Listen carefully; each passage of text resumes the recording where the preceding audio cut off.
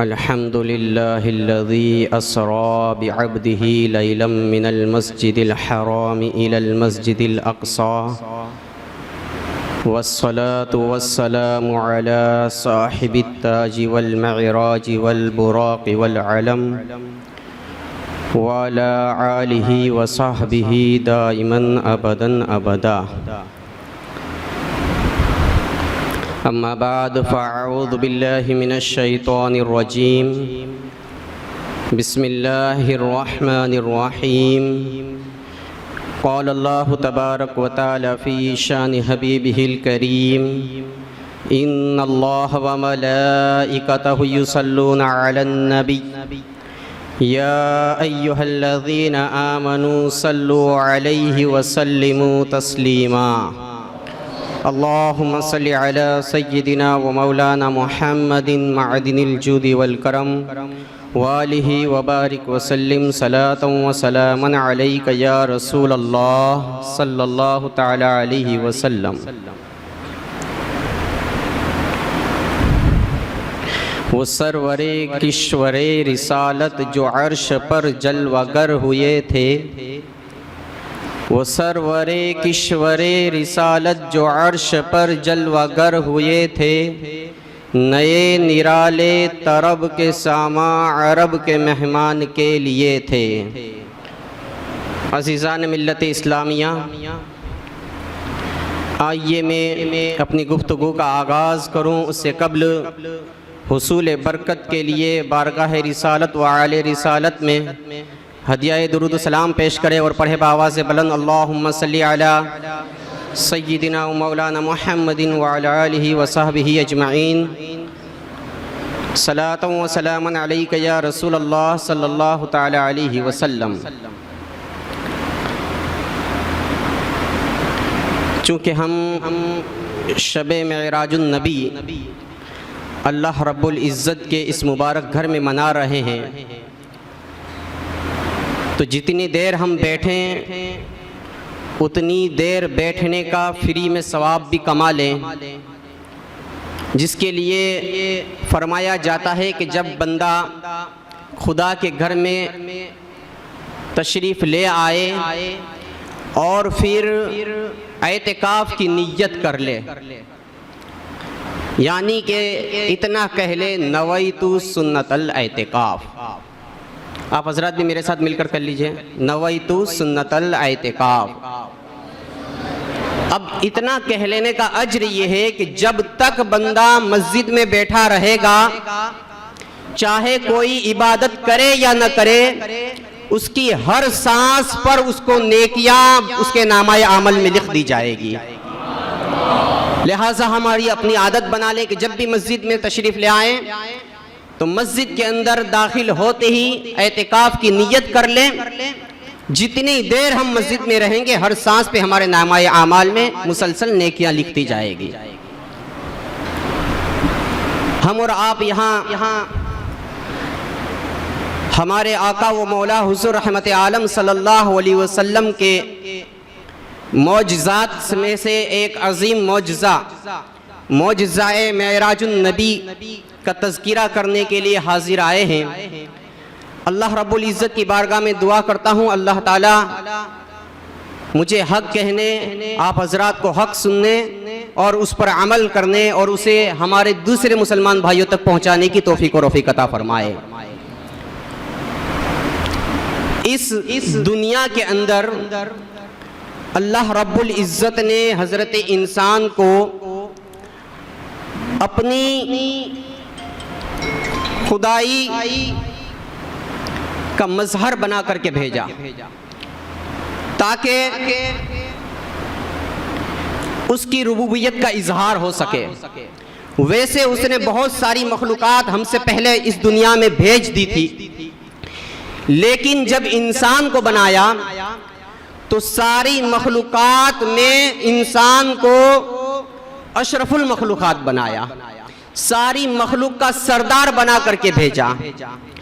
और वलक़द कर्रमना बनी आदम के ताज ज़र्री से इंसान को इस मुबारक खिताब से नवाजा कि ये इंसान जितनी भी मखलूकात है इस दुनिया के अंदर, चाहे वो इस जमीन की तह में हो, जमीन के ऊपर हो या कहीं इधर उधर हो, उन सब में हजरत इंसान सबसे अफजल व आला है, सबसे अशरफ है, सबसे बड़े मर्तबे पर फाइज है।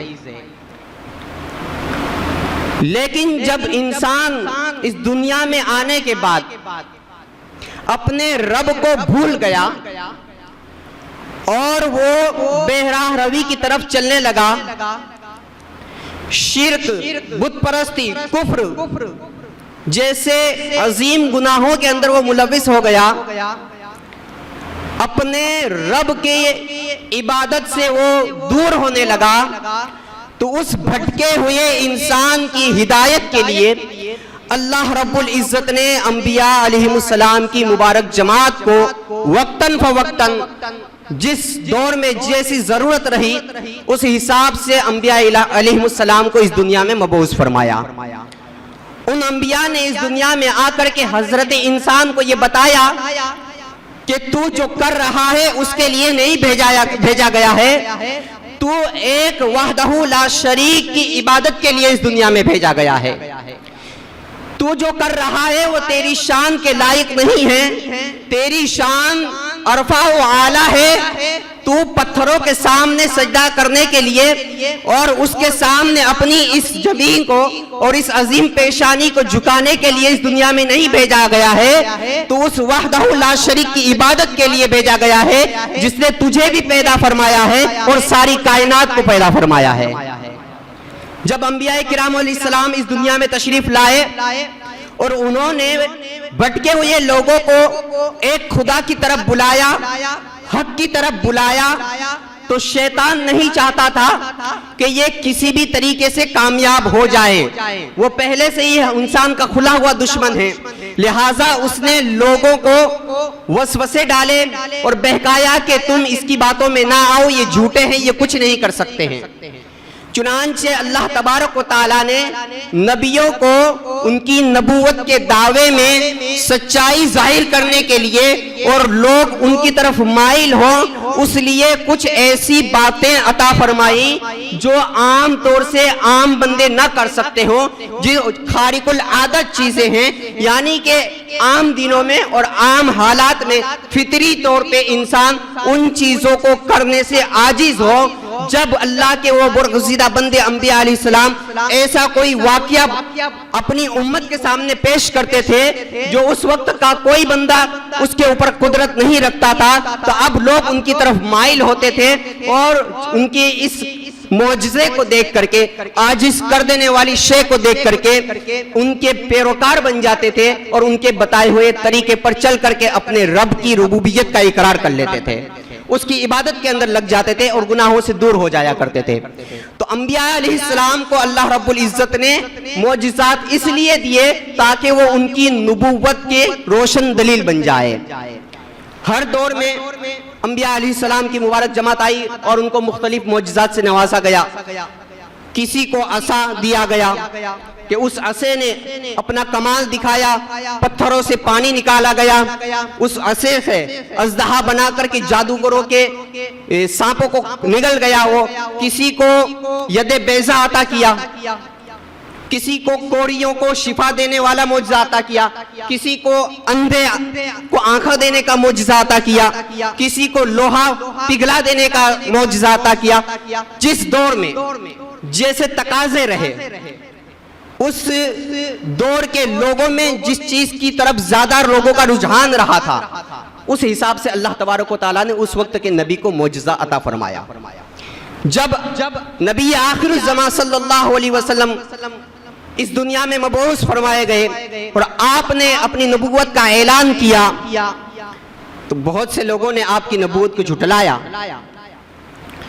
आपने वक्तन फवक्तन बहुत सारे मौजज़ात लोगों के सामने पेश किए, जिससे बहुत सारे लोग, हजारों की तादाद में लोग उन मौजज़ात को देख करके शिर्क और बुत परस्ती और कुफ्र से किनाराकश हो गए, उससे दूर हो गए और अल्लाह वहदहू ला शरीक के इबादत और उसके अहकाम के पैरोकार बन गए।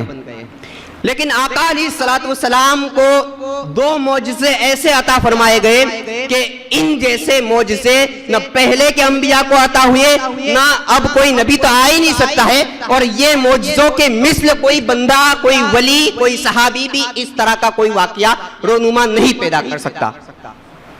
आका अलैहिस्सलातु वस्सलाम के उन दो मौजज़ों में से एक मौजज़ा तो कुरान मजीद है कि कुरान मजीद एक ऐसा बाब है, एक ऐसा रोशन मौजज़ा है, रोशन दलील है कि उसकी एक आयत पूरी दुनिया मिलकर भी नहीं बना सकती है, और इसकी हिफाजत की जिम्मेदारी अल्लाह ने अपने जिम्मे ले ली है।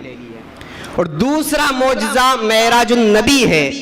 आका अलैहिस्सलातु वस्सलाम को रब ने अपने फजल करम से इस दुनिया से आसमान बाला पर बुलाया और फिर अपने दीदार खास से नवाजा, जो कि उसकी शान था, और बहुत सारे इनामात और इकरामात से नवाजा।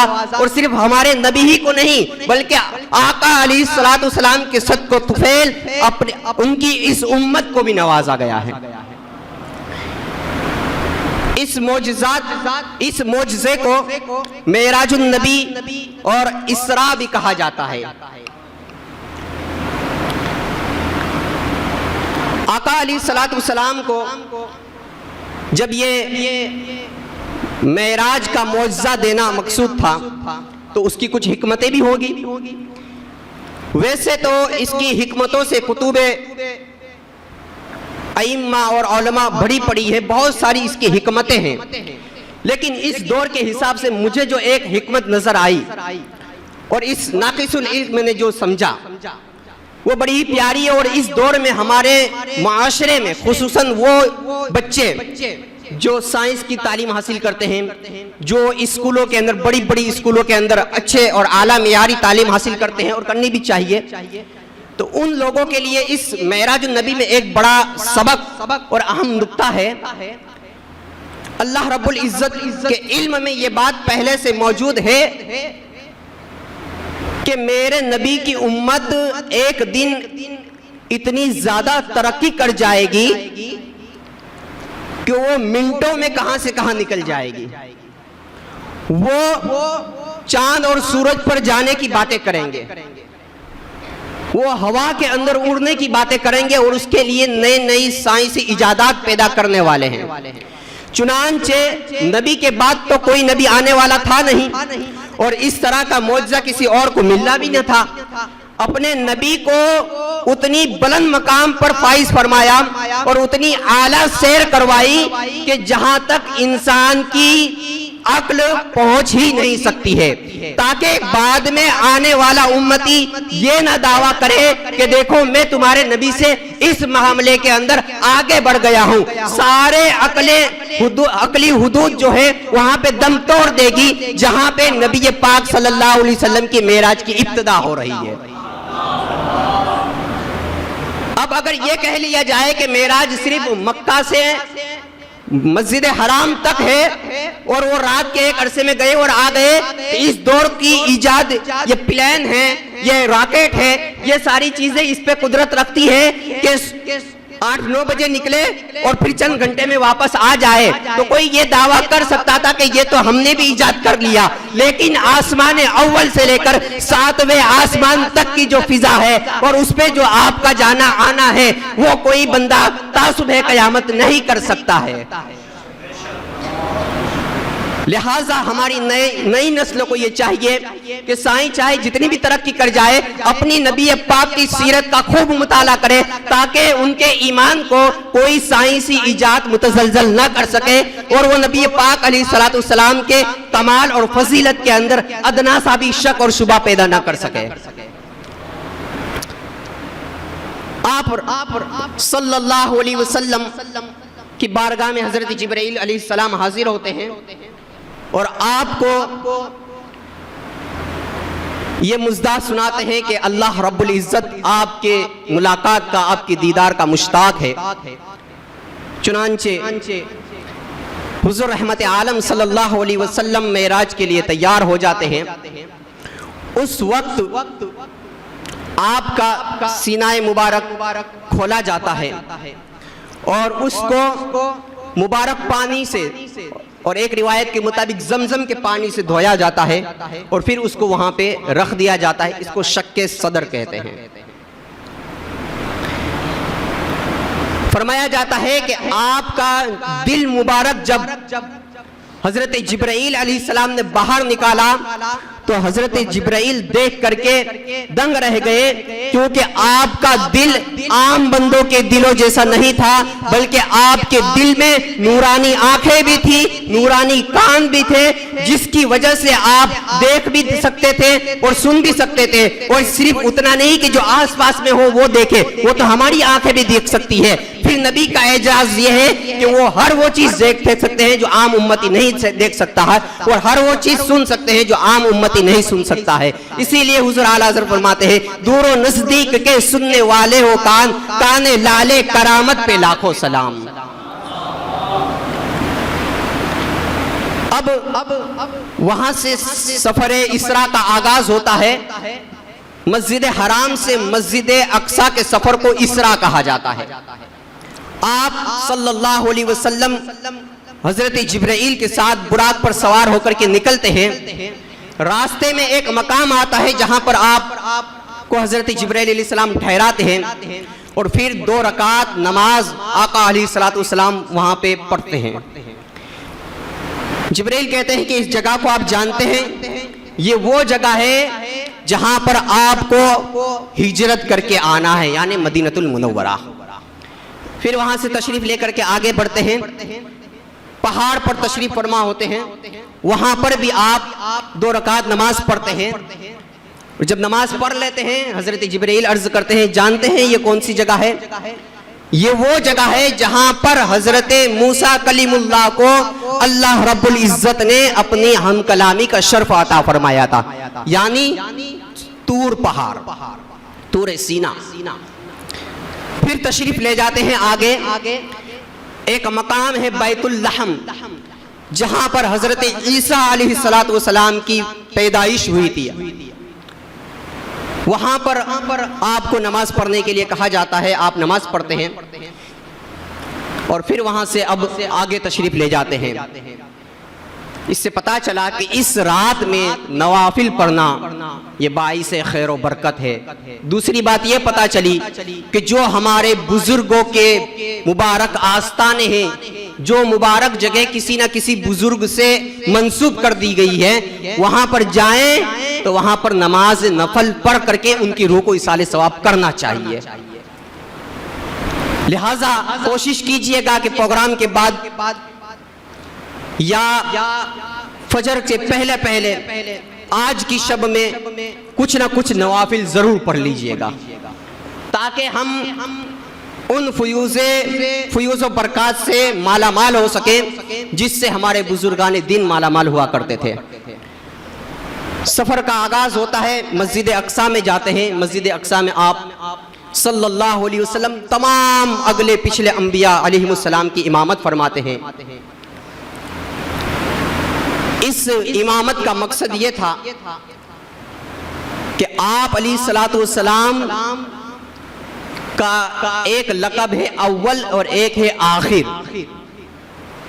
ताकि लोगों पर यह जाहिर हो जाए कि नबी अलैहिस्सलाम अव्वल भी है और आखिर भी है। चूंकि अव्वल वो होता है जो सारे लोगों का इमाम होता है, और आखिर इस हैसियत से कि अंबिया में सबसे आखिर में आए हैं। फिर आपका सफर आसमानों की तरफ होता है और आसमान अव्वल पर आप तशरीफ फरमा होते हैं। यहाँ पे आपके सफर की जो रुदात बयान की जाती है वो ये है कि हजरत जिब्राइल अलैहिस्सलाम आपको रफ पर सवार करके जब आसमान अव्वल पर पहुंचे तो हजरत जिब्राइल ने वहां के दरवाजों में से एक दरवाजे पर जाग करके अपनी सवारी को, यानी आका अलैहिस्सलातु वस्सलाम के लिए जो सवारी रफ थी उसको रोक दिया और दरवाजे को दस्तक दी। कहा कि हम आना चाहते हैं। कहा कि कौन हो? कहा जिब्राइल। कहा साथ में कौन है? कहा मोहम्मद सल्लल्लाहु अलैहि वसल्लम। कहा बुलाए गए? कहा हाँ बुलाए गए। उनके लिए खुश आमदीद कहते हैं, मरहबा कहते हैं कि तशरीफ लाइए। दरवाज़ा खोल दिया जाता है। अब एक बड़ी बात यहाँ पे ये है कि इतने मंजिले आला पर फाइज, सारे अंबिया का सरदार, और साथ में कोई आम नहीं, सारे फरिश्तों का सरदार, दो बड़े बड़े सरदार आसमान के दरवाजे पे जाके खड़े हो जाते हैं, डायरेक्ट नहीं चले जा रहे। बड़ी तालीम है उम्मत की इसमें कि हम अपने लिहाज से कितने भी आला मंजिल पे क्यों ना फाइज हो, हमारा स्टेटस चाहे कितना ही बड़ा क्यों ना हो, सरदार अंबिया और सरदार फरिश्तों से कोई बड़ा नहीं हो सकता है। इनसे बड़ा मर्तबा तो दुनिया में किसी का नहीं हो सकता है। इतने बड़े मर्तबे पे फाइज होकर भी अखलाक ये है कि दरवाजे पे दस्तक देकर के इजाजत मांगते हैं। हमें भी चाहिए कि कभी भी किसी के घर पे जाएं तो डायरेक्ट ना घुस जाएं, इजाजत मांगे। ये सुन्नत नबवी है और तालीमात इस्लाम है और बेहतरीन खुल्क है।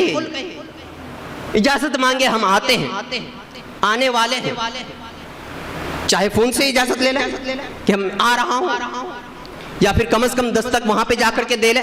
साथ में ये भी कि साथ में कौन है इजाजत दे।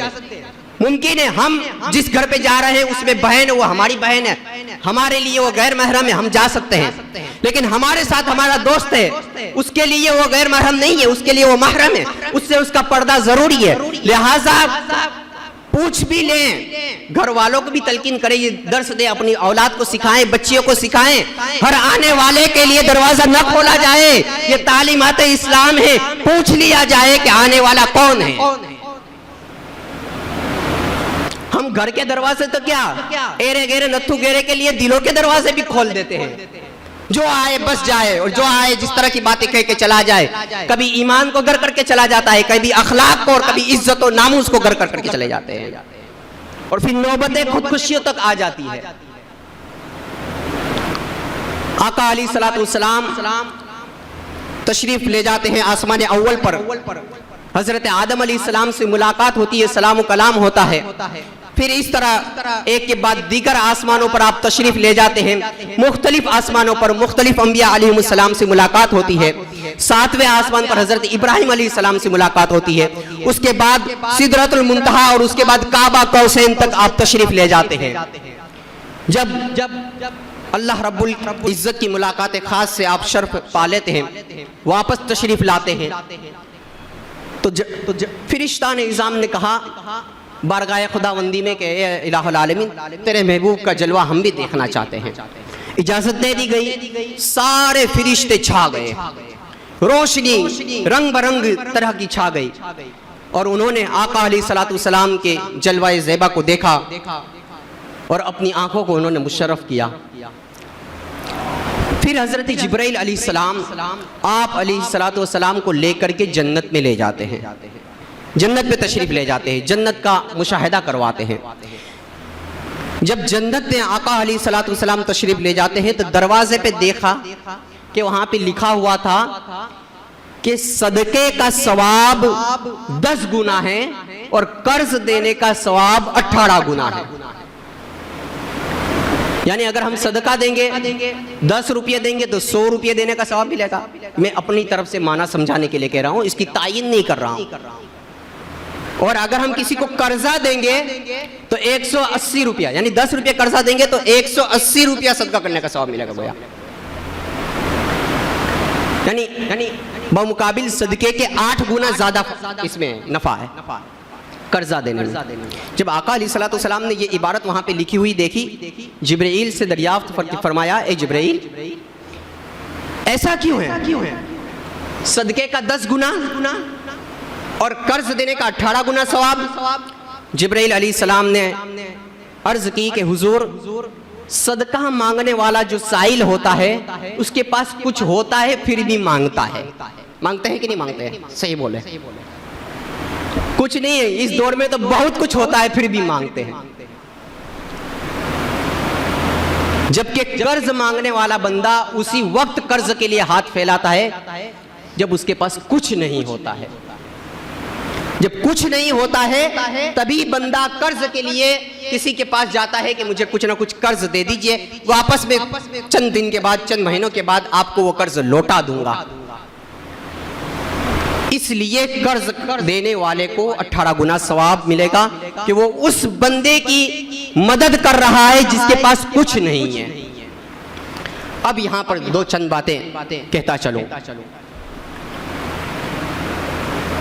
कि सदका जरूर देना चाहिए। सदके के बहुत फजाइल हैं। सदका बलाओं को टालता है, सदका आने वाली मुसीबतों को टालता है। सदके के जरिए अपने बीमारों की बीमारी का इलाज करना चाहिए। दवा लेने के लिए दवाखाने जब चलें तो रास्ते में पहले गरीबों को सदका देते जाएं। करोड़ रुपए की दवा पर वो हमारा चंद रुपये का सदका भारी हो सकता है। कभी बड़े सफर पर निकले, चंद रुपये किसी गरीब हाजतमंद को सदका देते जाएं, बड़ी आने वाली मुसीबतों से वो हमें बचा सकता है। सदका जरूर दीजिए। सदके की बहुत फजाइल है, इससे कोई रोक नहीं सकता है, कोई मना नहीं कर सकता है। लेकिन इसका इस दौर में जो तरीका है वो तरीका बदल दे। आज हमारा क्या हाल है कि हम कोई मांगने वाला आता है, जेब में से 10, 20, 50, 100 रुपए जितनी अल्लाह ने कुव्वत दी है निकाल के हम दे देते हैं। अब जब लोगों ने देखा कि इसमें आमदनी ज्यादा है और मेहनत कुछ नहीं है, तो इसको एक कारोबार बना लिया लोगों ने। अब वो जो जरूरतमंद थे वो तो मांगते ही मांगते हैं, क्या करेंगे, उसके अलावा तो कोई रास्ता ही नहीं। लेकिन जो गैर हाजतमंद थे उन्होंने बतौर कारोबार ये काम शुरू कर दिया है। इसके अलावा इनकी जिंदगी का कोई रूल्स नहीं है, बस मांगो और मांगो, मांगते जाओ। याद रखें, इस्लाम में सवाल बगैर जरूरत के करना हराम है, हराम है। हुजूर आला हजरत रहमतुल्लाहि ताला अलैह फरमाते हैं कि अगर कोई आशिक ज़ियारते हरमैन तय्यबैन के लिए सदका मांगे, उसको देना और उसका सवाल करना भी हराम है। हरमैन तय्यबैन के लिए नाराए तकबीर और रिसालत। अगर कोई ज़ियारत हरमैन तय्यबैन के लिए मांग रहा है, उसका मांगना हराम करार दिया है हुजूर आला हज़रत ने, चूंकि वो चीज नफल है और नफल के लिए सवाल, मुस्तहब के लिए सवाल हराम है।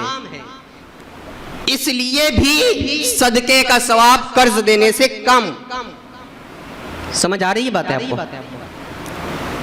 और उम्मत मुस्लिमा के अंदर आज गुर्बत बढ़ती जा रही है, गुर्बत बढ़ती जा रही है, गुर्बत घटने का नाम नहीं ले रही है। जबकि एक जमाना ऐसा था मुसलमानों का कि कोई मांगने वाला मिलता नहीं था, पूछने पर भी कोई लेने के लिए तैयार नहीं होता था। तारीख पढ़े हमारी। आज इतना लाखों करोड़ों रुपयों की इमदाद निकलती है, हजारों रुपये बांटे जाते हैं, फिर भी मांगने वालों की तादाद घटती नहीं है, बढ़ती जा रही है।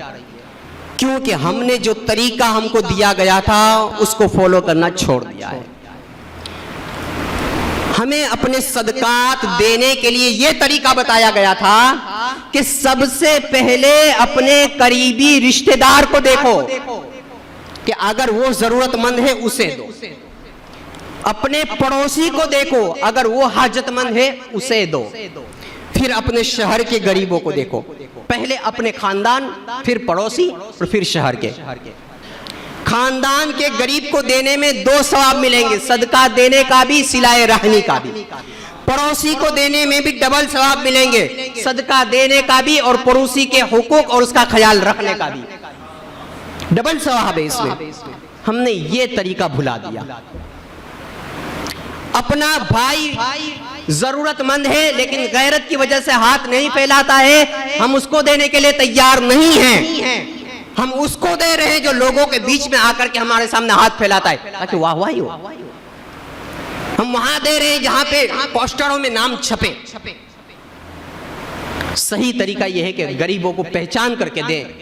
अगर ये तरीका हम फॉलो करेंगे तो इस्लाम से गुर्बत खत्म होगी। बड़ा मकोला पसंद आया कि मछली देने से सिर्फ एक वक्त का पेट भरेगा। अगर किसी जरूरतमंद को मछली दे दोगे तो उसका एक वक्त का पेट भरेगा। लेकिन अगर तुम उसे मछली पकड़ना सिखा दोगे तो उसका ही नहीं, उसके 1, 2, 3 बल्कि 7 परिवार का भी पेट भर सकता है।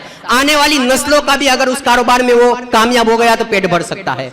अब आप खुद फैसला करो, मछली पकड़ के दे देने में ज्यादा आपको सवाब मिलेगा या जिंदगी भर उसके आने वाली नस्ल आपके तरीका सिखा देने से कमाती होगी, खाती जाएगी और वो सवाल करने से बच रहा है, उसका सवाब आपको ज्यादा मिलेगा। लिहाजा मछली पकड़ के देने से बेहतर है मछली पकड़ना सिखा दो ताकि वो जिंदगी भर उसके जरिए कमाता जाए और खाता जाए। हासिल ये है कि आप किसी को ऐसा हुनर सिखा दें, सदका है हुनर सिखाना भी, मुसलमान की मदद करना है, जिसकी वजह से वो जिंदगी भर के लिए दस्ते सवाल फैलाने से बच जाए। इस तरीके को बदल लें। कोई हाजतमंद आ गया उसको बिठा करके खाना खिला दें अपने घर पे। इस तरह वो लोग जो कारोबार बनाए हैं उनकी दुकानें बंद हो जाएंगी। इसके ऊपर बहुत सारी बातें की जा सकती है, वक्त की किल्लत पेश नजर है, मैं अपनी गुफ्तगू को आगे बढ़ाता हूँ। अब इसके मुकाबिल में देखें, आका अलैहिस्सलाम ने जन्नत और जहन्नम दोनों का मुआयना फरमाया, दोनों को मुशाहिदा फरमाया। जन्नत के अंदर देखा कि जन्नत के दरवाजे पर यह लिखा हुआ है सदका देने वाले को 10 गुना और कर्ज देने वाले को 18 गुना सवाब मिलेगा।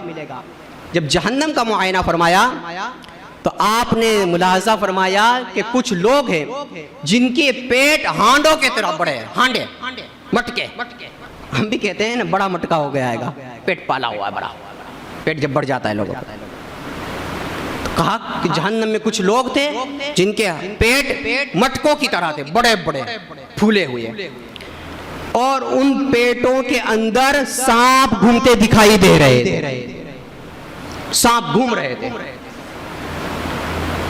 जिस तरह कांच से आर पार दिखता है, ट्रांसपेरेंट होता है, इसी तरह वहां जहन्नम में उन लोगों के पेट थे, अंदर क्या है दिखाई दे रहा था। आका अलैहिस्सलाम ने जिब्राइल से पूछा, जिब्राइल ये कौन लोग हैं? जिब्राइल ने अर्ज की, या रसूल अल्लाह सल्लल्लाहु अलैहि वसल्लम, ये वो लोग हैं जो सूद खाया करते थे। अल्लाहु अकबर। कर्जा दे करके सूद खाने वालों के लिए बड़ा ही इबरत का दर्स है। कर्जा देने में जहां फायदा है, चूंकि उसमें मुसलमानों की हमदर्दी और उनकी तकालीफ को दूर करना है, उनकी परेशानी को दूर करना है, लेकिन इनकी परेशानी को मजीद परेशानी में बदलना और उनकी परेशानी को और ज्यादा बढ़ाना, ये सूद है। 100 रुपये दे करके 120 लेना, 1 लाख करके दे करके 1,10,000 लेना, जो भी नफा मुतलक, जो भी नफा किसी को कर्जा दे करके लिया जाए, कर्जा लेकर के जो भी नफा लिया जाए वो सूद है, चाहे पैसों की सूरत में हो, चाहे घर बार की सूरत में हो, चाहे दुकान हो, मकान हो या गाड़ी बंगले, किसी भी सूरत में हो। आप किसी को कर्ज दें और उससे थोड़ा सा भी नफा ले रहे हैं, जायद अपने कर्ज से ज्यादा, वो सूद है। और सूद खाने वालों का अंजाम यह है कि जहन्नम में डाले तो जाएंगे, उनके पेट बड़े बड़े होंगे मटकों की तरह और उनमें जहन्नम के सांप घूमते होंगे। एक छोटा सा कीड़ा हमारे गर्दन में और हमारे पेट में चला जाए तो रातों की नींदें हराम कर देता है, पूरी दुनिया को जामिद कर देता है। सोचो जब सांप पेट में चला जाएगा तो फिर क्या हाल होगा। अल्लाह रब्बुल इज्जत हमें इस तरह की महलिक मर्जों से हिफाजत फरमाए, सूद के लेन देन से हमें बचने की तौफीक और रफीक अता फरमाए। आका अलैहिस्सलाम ने जन्नत के अंदर एक नौजवान को देखा कि जो अर्श के साये में, अर्श का जो नूर होता है उस नूर में छुपा हुआ था, अर्श के नूर में वो बंदा छुपा हुआ था। आका अलैहिस्सलाम ने जिब्राइल से फरमाया, जिब्राइल क्या ये कोई नबी है? कहा नहीं। कहा कि क्या ये कोई फरिश्ता है? कहा नहीं। फिर कौन है? अर्ज की, अल्लाह के रसूल ये वो नौजवान है जिसकी जुबान दुनिया में जिक्र इलाही से तर रहती थी, जिक्र इलाही जिसकी जुबान पर रहता था, उसका दिल मस्जिद में लगा रहता था और वो कभी भी अपने माँ बाप को गाली देने या उनकी रुसवाई का सबब नहीं बना है। यानी इसने ऐसे काम नहीं किए हैं जिसकी वजह से उसके माँ बाप को बुरा भला कहा जाए, और इसने कभी अपने माँ बाप के लिए ऐसा काम नहीं किया है जिससे उनकी दिल आजारी हो। ये वो नौजवान है जो अर्श के नूर में छुपा हुआ है। आका अलैहिस्सलातु वस्सलाम ने जन्नत में मुलाहिजा फरमाया, जिक्र इलाही क्या है? जिक्र इलाही ये है कि हम हर वक्त हर काम में अल्लाह रब्बुल इज्जत का खौफ अपने दिल में बसा लें। कोई भी काम कर रहे हैं कहीं खुदा को नाराज तो नहीं कर रहा है, ये जिक्र इलाही है। जरूरी नहीं है कि हम 24 घंटे अल्लाहु अल्लाहु अल्लाहु की ज़र्ब लगाते रहें, ये जरूरी नहीं है। ये भी जिक्र है और बहुत अच्छा जिक्र है और करना चाहिए। उस वक्त दिल भी साथ दे रहा होता है, जुबान भी साथ दे रही होती। फजर की नमाज पढ़ लें, नीयत और पुख्ता इरादा कर लें, जोहर पढ़ूंगा, फजर से लेकर जोहर तक नमाज का सवाब मिलेगा, ये जिक्र है। जोहर से असर, असर से मगरिब, मगरिब से ईशा, ईशा से फजर, पूरे 24 घंटे आपके जिक्र में लगे रहेंगे जब आप सच्चे दिल से ये इरादा पुख्ता अज़म रखें कि मुझे आने वाले वक्त की नमाज है। क्योंकि दो नमाजों के बीच में जो भी इंतजार करता है वो इंतजारुस सलाती कस सलात, ये कायदा है कि नमाज का इंतजार भी गोया नमाज है।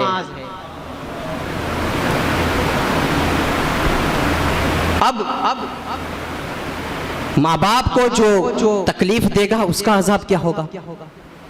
माँ बाप की रुसवाई, उनको गाली दिए जाने का सबब बनेगा, उसका अजाब क्या होगा? फरमाया जाता है कि जहन्नम में आका अलैहिस्सलातु वस्सलाम ने कुछ ऐसे लोगों को देखा जो उल्टे शाखों से लटके हुए थे। जहन्नम की शाखें, आग की शाखें थी, उससे लटके हुए थे। पूछा गया ये कौन है? कहा ये माँ बापों का दिल दुखाने वाले।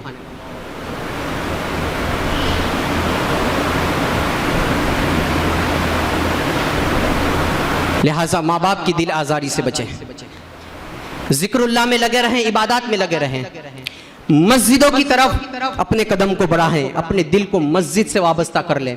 इंशाअल्लाह दुनिया में भी इज्जत मिलेगी, आखिरत में भी इज्जत मिलेगी। एक बात अर्ज करता चलूं फिर अपनी गुफ्तगू को ख़त्म कर देता हूँ। आका अलैहिस्सलातु वस्सलाम ने जन्नत के अंदर बहुत आलीशान महल्लात को देखा, बड़ी आलीशान महल्लात थे। कहा ये कैसे लोगों के लिए हैं? किन लोगों को इनाम व इकराम से इन महल्लात के जरिए नवाजा जाएगा? अर्ज की गई या रसूल अल्लाह, ये वो लोग हैं जो गुस्सा पी जाया करते थे, अफ़्वो दरगुजर से काम लेते थे। गुस्सा पी जाना, अफ़्वो दरगुजर से काम लेना बहुत बड़ी फजीलतों पे हामिल है। सबसे बड़ा तो ये कि गुस्सा पीने वाला बंदा कभी खसारे में नहीं रहता। अफ़्वो दरगुजर से काम लेने वाले बंदे की इज्जत कभी कम नहीं होती है, वो हमेशा बावकार रहता है। बख्श दिया करें, छोटी छोटी बातों में गुस्सा ना होया करें। ये मुसलमान और कामिल मोमिन बंदे की निशानियों में से नहीं है कि वो गुस्सा हो। लेकिन यहाँ पे ये भी कहता चलो कि गुस्सा एक फितरी शे है, आना ही आना है। अब कौन सा गुस्सा पी जाना फायदेमंद है? जिसके अंदर नफसानी ख्वाहिशात का मुकाबला करना हो। किसी ने हमको गाली दे दी, हम उसे अफ़्व दरगुजर से काम लें, गुस्सा पी जाएं। किसी ने हमारी गाड़ी को टोच लगा दी, किसी ने कुछ बुरा भला कह दिया, किसी ने हमारी पीठ के पीछे हमारी गीबत कर दी, हम बड़े दिल से माफ़ कर दें, जामू। ये जो गुस्से होंगे ना और ये पी जाएंगे, इसमें बड़े फायदे हैं। उनके लिए जन्नत के वो बड़े आलीशान महल्लात है। लेकिन वो गुस्सा जो शरीयत की नाफरमानी के मुकाबिल में आ जाए और उसे पी जाए, तो ये गुस्सा पीना नहीं, ये बेगैरती है।